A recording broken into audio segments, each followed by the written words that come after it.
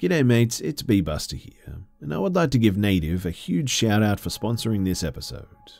So, I believe in working hard and investing in yourself. I mean, that's the point of working hard, right? You work hard to reward yourself with premium products that mirror your lifestyle. And this is exactly what got me into Native.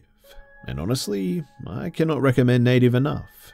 As someone who has bought their stuff again and again, I can truly say that they have never let me down. The fragrances are amazing, the delivery has always been timely, and it's really reassuring to me that I know that I'm using effective and safe products every time that I go to the bathroom. For instance, did you know that aluminium forms a plug in your sweat glands to keep you from sweating? That's why Native never uses ingredients like aluminium, parabens, sulfates, or talc. But switching to an aluminium-free deodorant doesn't mean you have to sacrifice on odor protection either. Native will keep you smelling and feeling fresh all day long. My Native deodorant doesn't just block odor better too, it's made better. Native has ingredients you've heard of like coconut oil, shea butter, and tapioca starch. It's also vegan and never tested on animals too. With over 10 scents including rotating seasonals, Native has pretty much something for everyone. Their most popular classic scents are coconut and vanilla, lavender and rose, cucumber and mint, and citrus and herbal.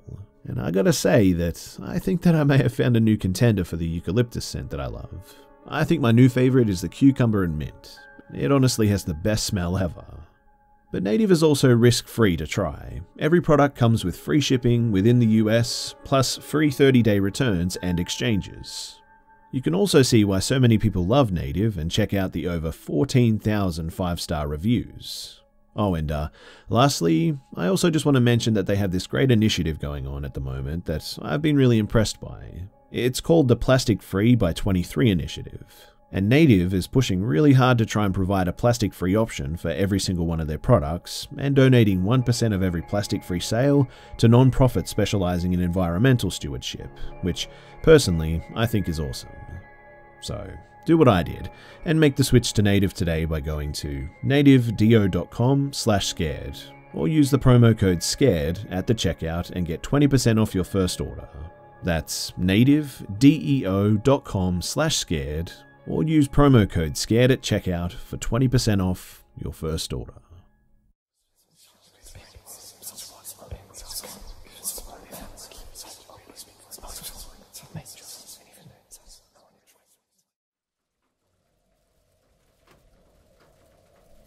So I want to start off by saying that I have never experienced anything visual like this before, and if there is a possible explanation, I'm not sure how they could be though, I would like to hear it. So my girlfriend and I are in the process of moving into a basement suite. We still technically reside at our old place across town for another 3 days. Her name is the only one on the lease since we've been having some relationship issues due to work stress and also some personal problems. But this basement suite that we moved into had actually been completely gutted and most of the appliances and flooring replaced, except for the bathroom. It's now a city legal suite with its own water heater and stuff like that, since there had apparently been a massive police investigation done a few months prior. We weren't told much about what exactly happened there, other than drug-related incidences, but I went into the bathroom to do some cleaning yesterday evening and noticed what looks like blood at the bottom of the radiator. It seemed creepy and I didn't want to touch it, because, well, it's gross. But anyway, a few hours pass and my girlfriend goes to bed in the bedroom and I fall asleep on the couch watching TV. I woke up at around 4 o'clock in the morning to our cat knocking a plant off the windowsill and messing with the blinds. The lights were off, but I have a big black light aquarium in the living room which lit up most of the living room and kitchen area. My girlfriend came out of the room to ask what was going on, and I was sort of ticked off, half asleep, and cleaning dirt off the countertops. She told me to just leave it for tomorrow and just come to bed, and then walked away. I stayed up and continued cleaning for maybe 20 minutes since there was dirt all over the place. And this is what actually terrifies me, even thinking about it now. So, like I said, I was in the kitchen wiping down the counters. It was pretty dim, but I could still see. It's now around 4:30 in the morning. I turned around towards the garbage can, and my girlfriend is standing in the dark doorway, just staring at me. I couldn't see her face clearly, but it was a 6-foot-thin figure, the exact build as my girlfriend. I said, "Sorry if I'm keeping you up, I'm almost done." She just stood there facing me. I figured that she just was ticked off since we'd been arguing off and on this whole week. So I finished what I was doing and walked past her and asked if she wanted to come to bed. But she didn't move. I walked straight into the bedroom and I closed the door and my girlfriend was laying there sleeping. I woke her up by closing the door, and I guess the look on my face scared her enough to make her spring up in bed, wide awake, and ask what happened repeatedly. I started gagging, swearing, and pretty much just lost it for a minute or two. And then I told her that I just saw her in the kitchen. And she said, "Well, yeah, I came out earlier and asked what happened." I told her no, I just walked past her into the bedroom. She pretty much went silent, peeked out the door, and nothing was there. We both went to sleep a while later after this. Now, I don't get strange feelings here at all, which I guess is the weird part, but man, what a trip. I have no idea what that was last night, and it scared me so bad that I almost threw up when I realized that my girlfriend had been sleeping the past half an hour. And I have no idea what to make of any of it.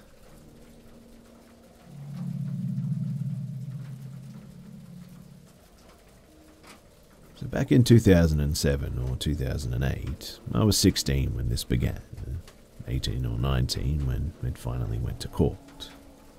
Picture a Norman Rockwell-esque suburban family. Parents, 3 kids, a yard and a dog, in Blink and You'll Miss It USA. One random day, a neighbor man has a mild dispute with his neighbor. As a totally warranted response, neighbor man, NM from here on out, takes every hose that he has and floods their yard. Solid decisions lead to solid consequences, so naturally, he was fined for water waste. My parent runs the water in small-town USA, and because NM lived a block from us, he decided to drive over to the water district shouting that he is an acquaintance of my parent. Second solid decision of many to come from NM. Absolutely no one takes kindly to name-dropper folks, so tuck that gem away under life facts. But my parent comes in and tells him, even if his kids did this, they would have the same repercussions. Gracefully glossing over the fact that, other than maybe driving by one another, none of us have actually ever interacted with NM.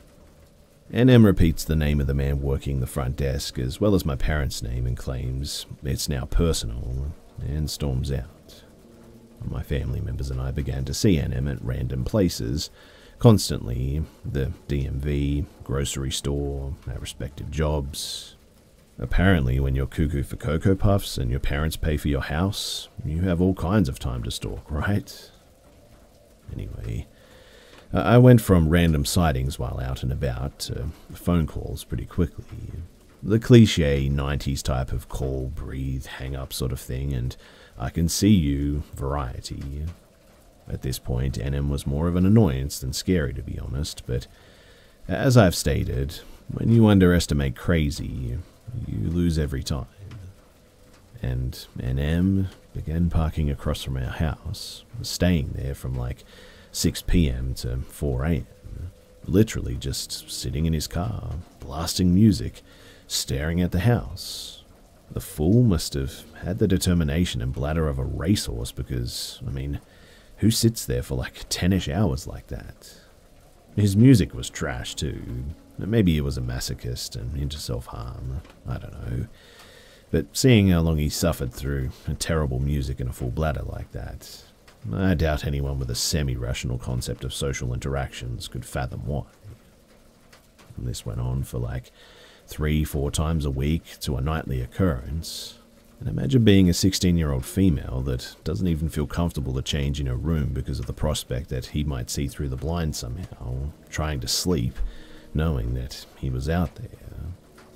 We were prisoners in our very own home. Soon, too, he began to get bolder.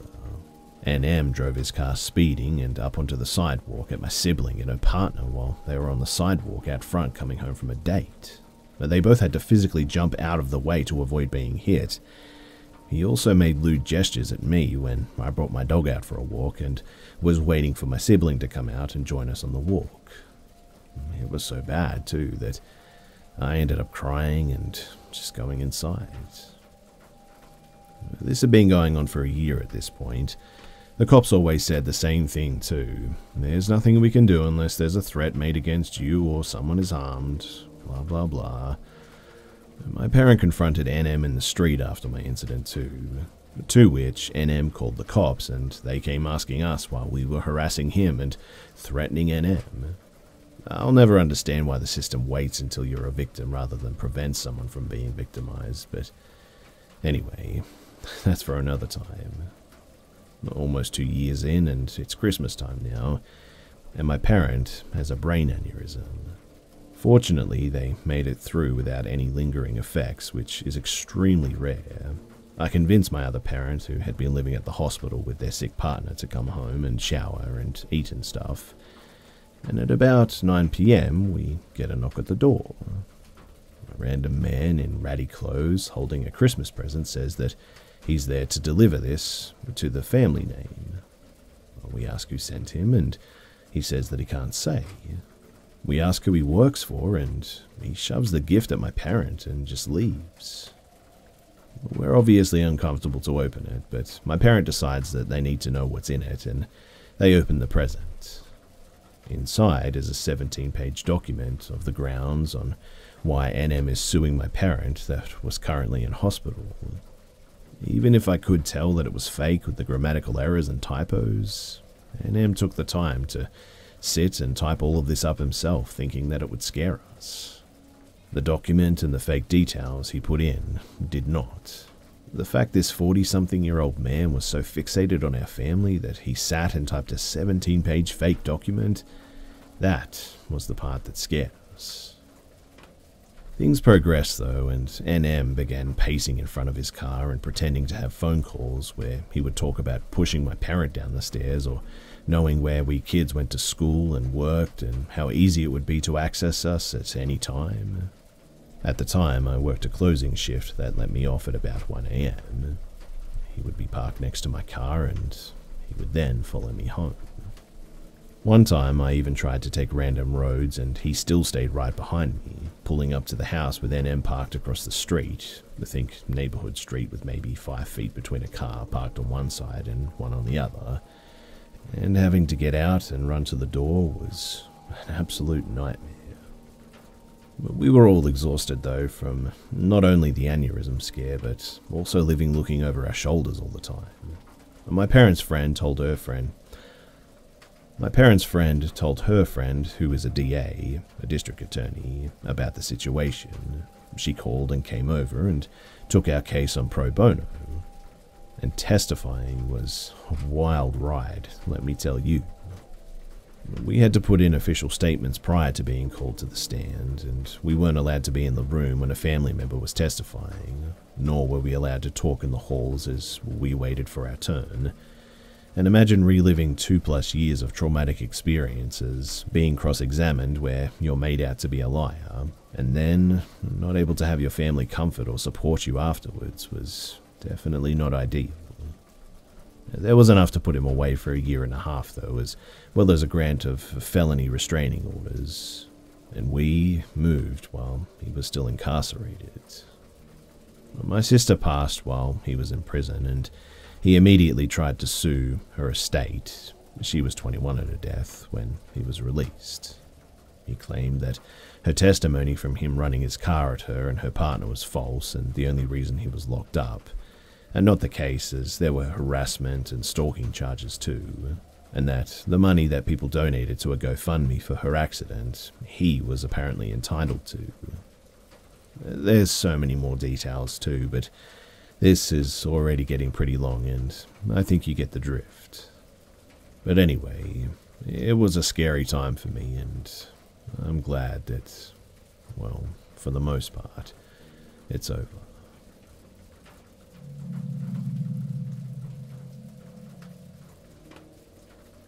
This happened about 10 odd years ago, but I remember it like it was yesterday. So, I lived with my boyfriend back then in a single-story terraced house. The front of this house is facing a small field, and beyond the field is a forest.